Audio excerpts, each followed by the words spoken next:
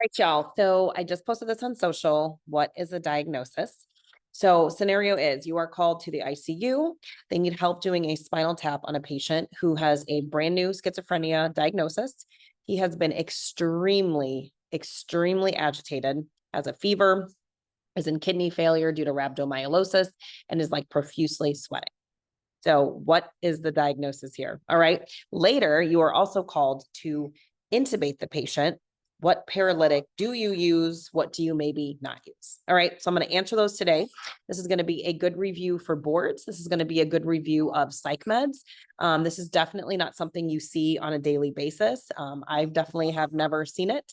And this is also just important in general because mental illness is unfortunately on the rise, and schizophrenia is one of the most common psychotic disorders that you are still going to see in practice, whether they are acutely ill or not.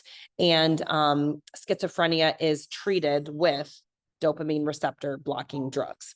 So really quick, what does dopamine even do? Let's just start there. You know me, always start at the top, always look at the big picture, right? That's how we learn and figure things out.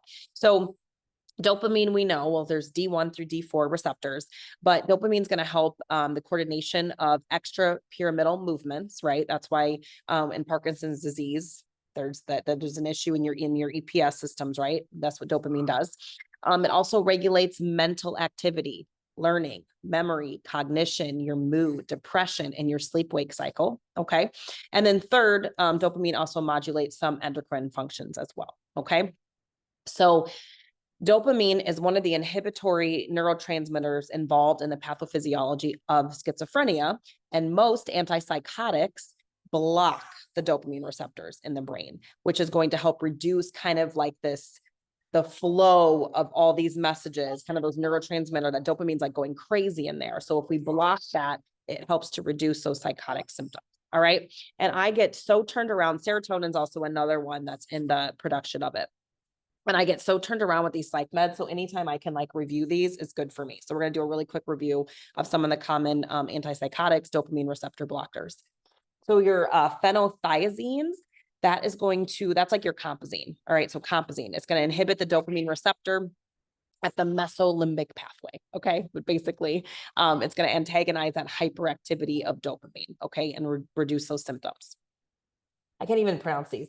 Butyrophenones, Haldol, all right, droperidol. I think droperidol got black box, right? But Haldol, once again, antagonize dopamine receptors.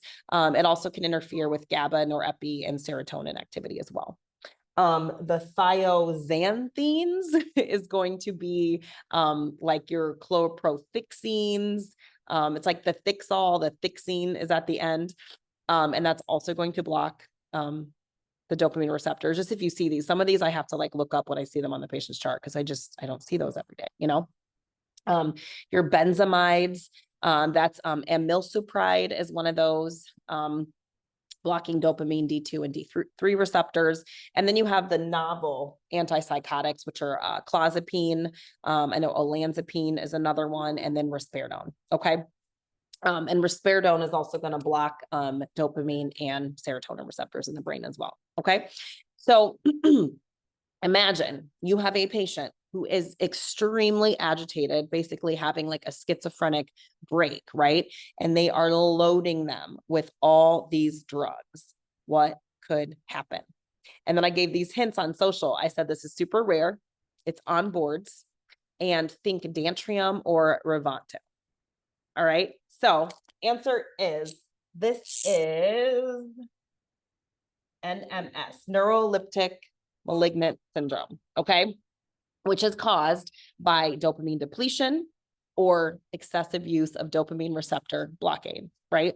This is a rare thing. This can be fatal, and this can even happen as you are withdrawing these drugs as well. Because we know with any abrupt discontinuation of neuroleptic drugs, psych drugs, anti-Parkinson drugs, right? It can produce NMS. It can produce bad symptoms. That's why we never want to, every time you see those medications, you never just want to see them just be dropped off or stopped, because that can lead to very bad things. Okay.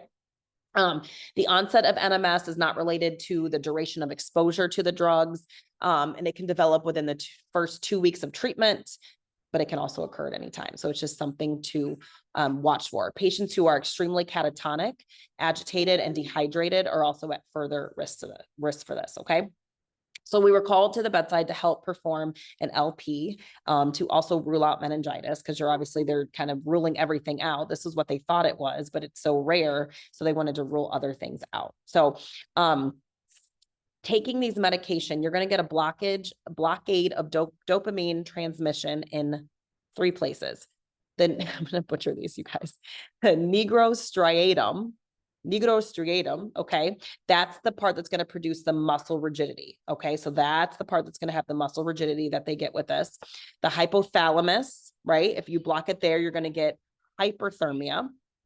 And then blocking dopamine in the corticolimbic system, you get an altered mental state, okay? So I think Nisora had this, fevers, which I really like as kind of a thing for symptoms. So like fever, you're going to see encephalopathy. Vital signs, unstable, like unstable blood pressure, tachycardia, autonomic dysfunction, elevated labs. So your creatine kinase is going to go up. They could potentially be in some type of renal failure. You're going to have rigidity. Now in serotonin syndrome, they're going to be myoclonic, okay? But you get this muscle rigidity, these really bad muscle cramps, and then sweating. Okay, so that's kind of a nice little mnemonic Nisora had to kind of remember this. And then adding on confusion, extreme agitation, and delirium. Okay. Now, rhabdomyolysis happens when we have that muscle rigidity, those extreme muscle cramps. And essentially you get injury to skeletal muscle, and then it disrupts the skeletal muscle fibers, and then all those contents essentially leak into circulation. And now your kidney is being like inundated with like myoglobin is the big one, right? You get myoglobinemia, right? And that's released into plasma. And then this massive plasma myoglobin levels exceed the protein binding. And then you get this like glomerular filtrate. Okay. And then excess myoglobin can also cause renal tubular obstruction, direct nephrotoxicity to the kidneys, intrarenal vasoconstriction, and then AKI, acute kidney injury. Okay.